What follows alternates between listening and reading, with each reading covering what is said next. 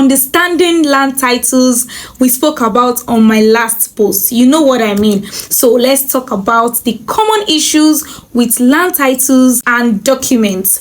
I'm sure you know all the types of title we have. Mind you, you can check my previous post on the types of title, the CFO, governor's consent, regularization, and the rest of them. But today, let me quickly answer the questions on your mind about land titles and the issues associated. Common issues with land titles. Number one is encumbrance. Encumbrance can be mortgage, unpaid debts or taxes, and the rest of them. Number two, we have the errors in documentation. It can be typo errors or incorrect names and incorrect property description, and so on and so forth. We can even have the missing or invalid signatures. So number three is the dispute over ownership. Now we have a lot of disputes all around now. Two people conflicting claims, inheritance disputes, boundary disputes, and different disputes like that. So those are the issues we have in land title documents. Or we have the fraudulent activities, forged documents, identity theft, fake titles, and so on and so forth. The fifth one is missing or lost documents. Original deeds or titles can be missing. You can have missing survey, missing property records, and so on. The sixth one is unresolved building violations. You might have violated the building rules. Unresolved building violation, like the unpermitted constructions, like the code violations, like setbacks, and so on. So there are a lot of things that can cause issues on your title.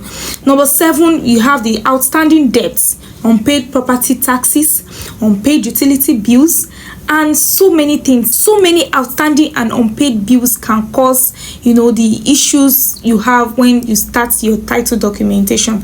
Number eight, we have the restrictive covenants, the zoning restrictions, building restrictions, and many more like that. Number nine, we have the native or indigenous land claim, overlapping titles, unresolved land rights, homonile issues, and so on and so a lot of things like that. Number 10, we have the government acquisition. We have the compulsory acquisition, like overriding public interest, maybe government to have a public use or development project in a particular place. There can be an overriding public interest on that, which can cause the issues to title documentation. So all these issues I listed can lead to legal disputes, delaying in property transactions, and financial losses. It is very essential to conduct a thorough title searches and due diligence to identify and resolve these issues before acquiring or developing any property. Now, all these issues I listed, in my next video I'm going to be telling you how to tackle it, what to do. For example, encumbrances, for example, disputes, and all of that. In my next video I'm going to be giving you the solutions to all of this. Thank you for watching to the end. I would like to entertain questions. I would like you to drop your questions, any question bothering your mind on title documentation. So you can just drop your questions in the comment sections and we'll talk about these questions in my next video, so I can answer any questions bothering you concerning title documentation. Don't forget to like, subscribe, and comment in my YouTube channel and my social media handles. Thank you very much. I'll see you in the next video.